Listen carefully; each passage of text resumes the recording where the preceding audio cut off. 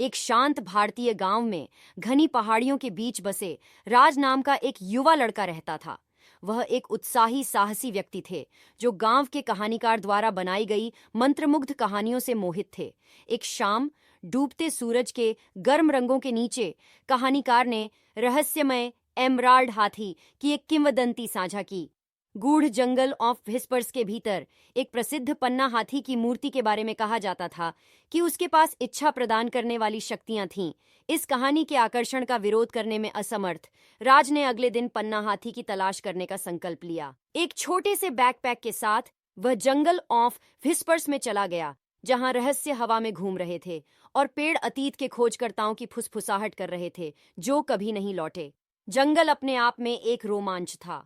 राज ने बुद्धिमान उल्लुओं, चंचल बंदरों का सामना किया और उनसे बात की जैसे कि वे पुराने दोस्त हों।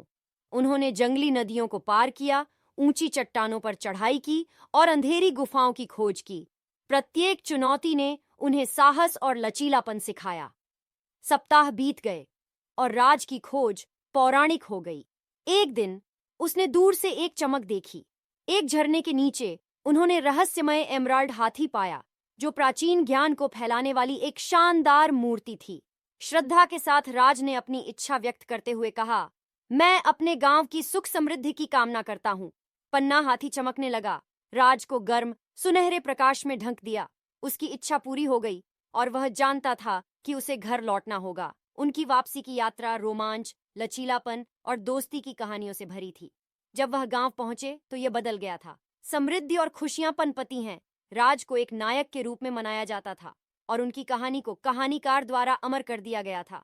उन्हें एहसास हुआ कि असली खजाना पन्ना हाथी नहीं था, बल्कि सबक और जादू था जो उन्होंने अपनी यात्रा पर खोजा था।